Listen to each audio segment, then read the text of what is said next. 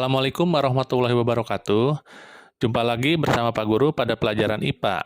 Kali ini Pak Guru akan menjelaskan materi pelajaran berikutnya, yakni tentang sistem pernapasan pada manusia. Baik, marilah kita mulai pelajaran kali ini dengan bersama-sama mengucapkan basmalah.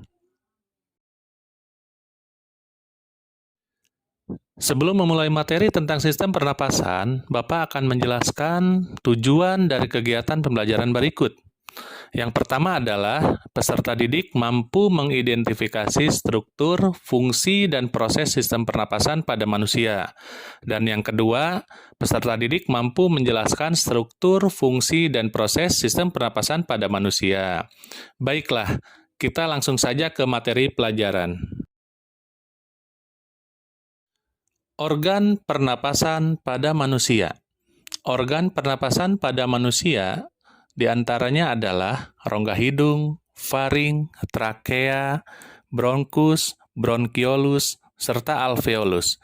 Nah, untuk yang pertama adalah rongga hidung.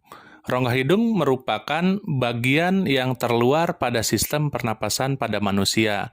Rongga hidung dilengkapi dengan silia dan selaput lendir yang berguna untuk menyaring debu, melekatkan kotoran pada rambut hidung, serta mengatur suhu udara pernapasan. Dan selain itu, rongga hidung berfungsi sebagai indera penciuman pada manusia. Organ berikutnya adalah faring atau rongga tekak, merupakan rongga pertigaan ke arah saluran pencernaan, esofagus, saluran pernapasan batang tenggorok, dan saluran ke rongga hidung. Nah, pada faring ini terdapat bagian yang dapat memisahkan antara makanan dan udara. Apabila kita sedang bernapas, maka faring akan menutup ke arah makanan, sehingga udara bisa masuk ke dalam trakea. Sedangkan apabila kita sedang menelan makanan, maka faring akan menutup ke bagian udara atau ke bagian paru-paru, sehingga makanan tidak ada yang masuk ke dalam trakea, melainkan akan masuk ke saluran pencernaan. Organ berikutnya adalah laring. Laring merupakan pangkal dari trakea yang di dalamnya terdapat pita suara. Berikutnya adalah trakea atau tenggorokan. Trakea terletak di daerah leher di depan kerongkongan atau esofagus. Trakea merupakan pipa yang terdiri dari gelang-gelang tulang rawan hialin. Bagian pangkal selalu dalam keadaan terbuka, yaitu laring.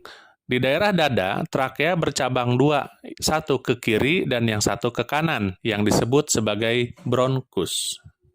Nah, pada trakea ini terdapat penyaringan udara dan debu yang masuk bersama udara pernapasan dan akan dikeluarkan dalam bentuk reaksi seperti batuk atau bersin. Berikutnya bronkus. Bronkus merupakan percabangan dari trakea yang memiliki struktur mirip trakea, yakni dilindungi oleh gelang-gelang tulang rawan hialin.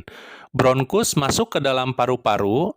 Di dalam paru-paru, bronkus sebelah kanan bercabang 3, sedangkan bronkus sebelah kiri bercabang 2, seperti jumlah lobus pada paru-paru.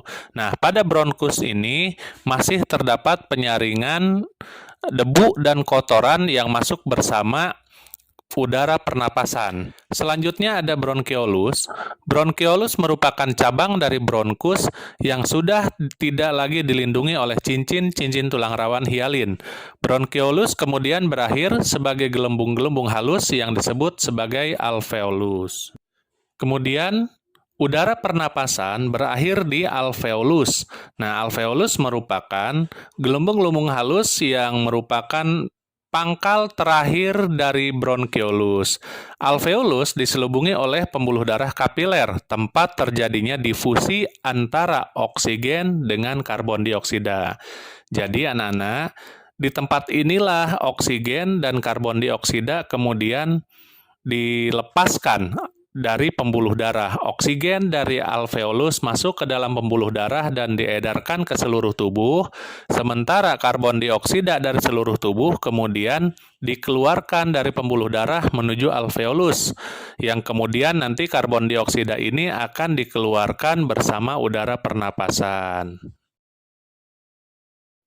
Nah, anak-anak, jadi itulah beberapa organ pernapasan yang akan dilalui udara pernapasan yang dimulai dari hidung, kemudian masuk ke dalam faring, dari faring menuju laring, laring diteruskan ke trakea, trakea menuju bronkus yang ada di sebelah kiri dan kanan, dan dari bronkus udara masuk ke dalam bronkiolus dan berakhir di alveolus, yang kemudian akan ditukar antara oksigen dan karbon dioksida dengan pembuluh darah yang ada di alveolus.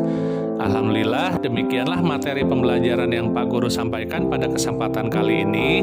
Semoga bermanfaat untuk memperluas pengetahuan kalian. Jika ada hal yang ingin ditanyakan, silahkan kalian ketik di kolom komentar yang sudah disediakan. Terima kasih atas perhatiannya. Wassalamualaikum warahmatullahi wabarakatuh. Salam IPA.